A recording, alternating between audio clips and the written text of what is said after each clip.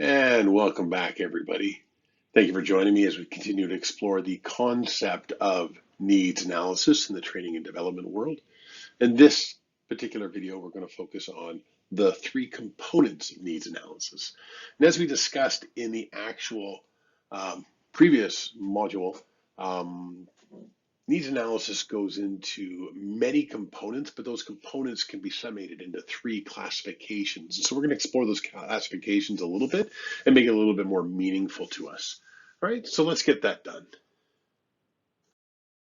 All right, so the first area we spoke about was organizational analysis.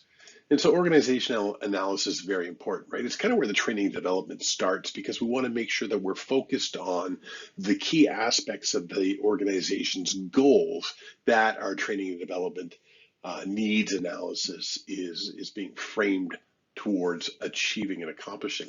And so that is our first component under, or the organizational analysis component, the simple concept of strategic alignment. And typically we look at things like process improvement or new technologies that come out that will require us to do a bit of a retrain, if it is, or if you will, or upskill the people that we have. But essentially we picked a goal that we want to accomplish, and we picked a path to accomplish that goal.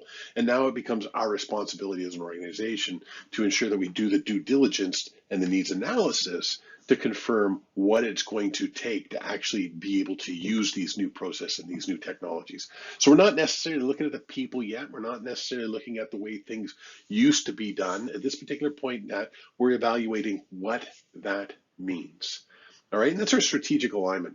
And not far from strategic alignment is the next category we're going to look at, which is regulatory and compliance. And this impacts every organization, even if an organization wishes it doesn't. Things like occupational health and safety training, things like accessibility for Ontarians training, things like EDI, and so forth. And so we have to make sure that we distribute the right type of training to ensure that we have the most productive outcome. And so again, we first and foremost, we don't look at where people sit, we look at what is required by the regulatory and compliance entities, and then we take it from there from an organizational aspect to figure out what applies to us, what doesn't apply to us, and how we're going to make those steps forward. Once we kind of know the strategic alignment, the regulatory and compliance requirements, we can now step forward into resource analysis. And a lot of people hear resource and they forget about people in that resource thing.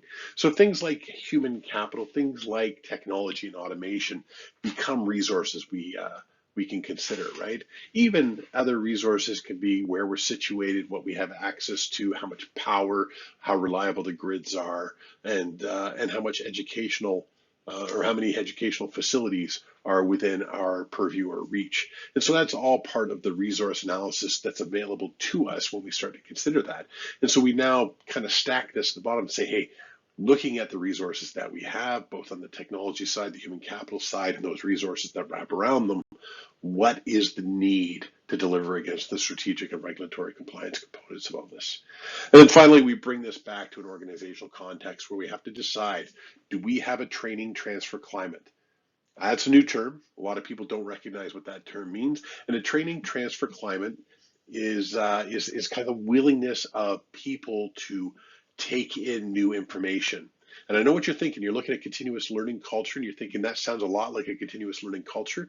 And it isn't really. What is the climate to say, hey, certain locations, certain people, certain departments, certain functionalities, et cetera, have this propensity and a desire to learn, whereas a continuous learning culture is the organization's cultural drive to drive towards that continuous learning component. So there's one where we look at the people and what the climate is that they drive. The other one is where we look at the organization and how it drives things forward. And this kind of sums up the organizational analysis component of what we're talking about today. Let's take a look at the next piece.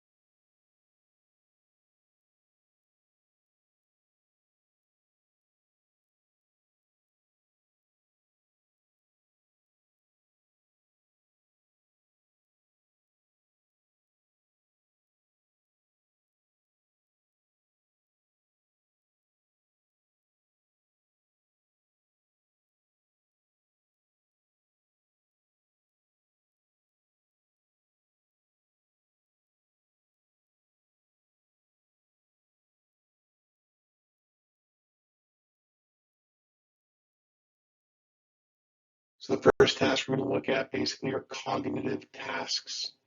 Right? So this is tasks that you can imagine use mental processing to perform the job, right? So it's not like a traditional task in that we look at cognitive activities, and it's something that we can't necessarily observe, right? So it's decision making, it's pattern recognition, it's analyzing, it's um,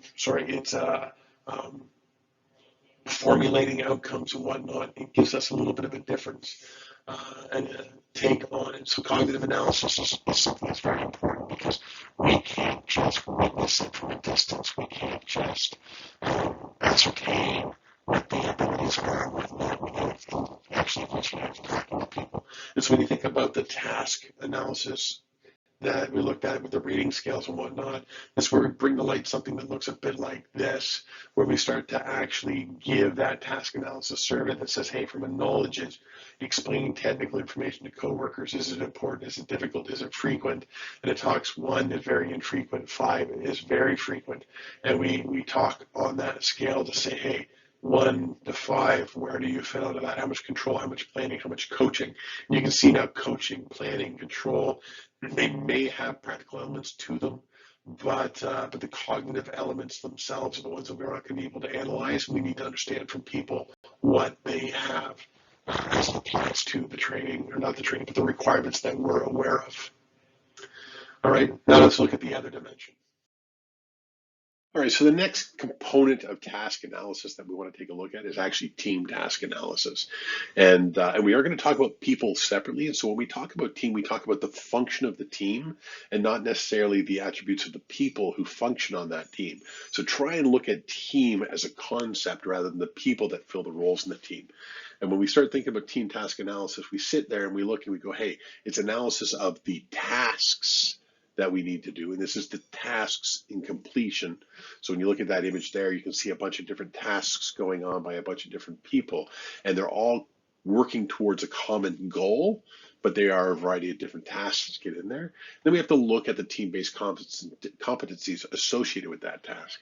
And so now when I say team-based competencies, I want you to put some thought into what I'm referring to there.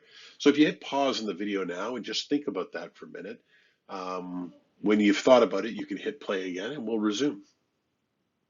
All right, so I'm assuming you put some good thought into it, and I would like to think that you did. But one of the biggest things comes that we kind of drag forward from that other analysis we talked about, the cognitive task analysis, and we bring about knowledge, right? So when we're looking at a team, there are differing levels of knowledge required to get things done. I realize here we're looking at kind of waterworks and whatnot, but I'm going to use an airport for an example. When we look at an airport, we have a variety of different knowledge factions at work at an airport. We have the air traffic controllers that are keeping the runways clear and landing and taking off the planes. We also have the pilots that are flying and driving the planes down the runway, getting them off into the air so they're flying away. We have the people on board that are taking care of the passengers and whatnot, ensuring that they are comfortable during the whole process. And on top of that, we then have all these ground crews that load the plane with baggage. They take care of the catering aspect. They know where to park the plane when it comes in, and so forth. And so those variety of different tasks in there require different knowledge. And so we think about that knowledge. The logical next step is we build on it with a skill set. And so each of those individuals have a requirement of different skill sets, and even within those teams. So if we look at the pilots themselves. Remember, we have a pilot, we have a co-pilot, right? So we have different skill sets there, different levels of understanding and whatnot. One might be more junior than the other, and we have to consider that as well in the team task analysis component. And all that kind of accumulates into the attitudes of the people that we're working with on those teams, right? Because attitude impacts everything. And so when we start breaking it down now, task analysis is just that complex. We go through those 6 steps, but we have to take into consideration the cognitive aspect of those 6 steps, as well as the team task components of those 6 steps. And it brings us all to one final goal, which we're going to look at next.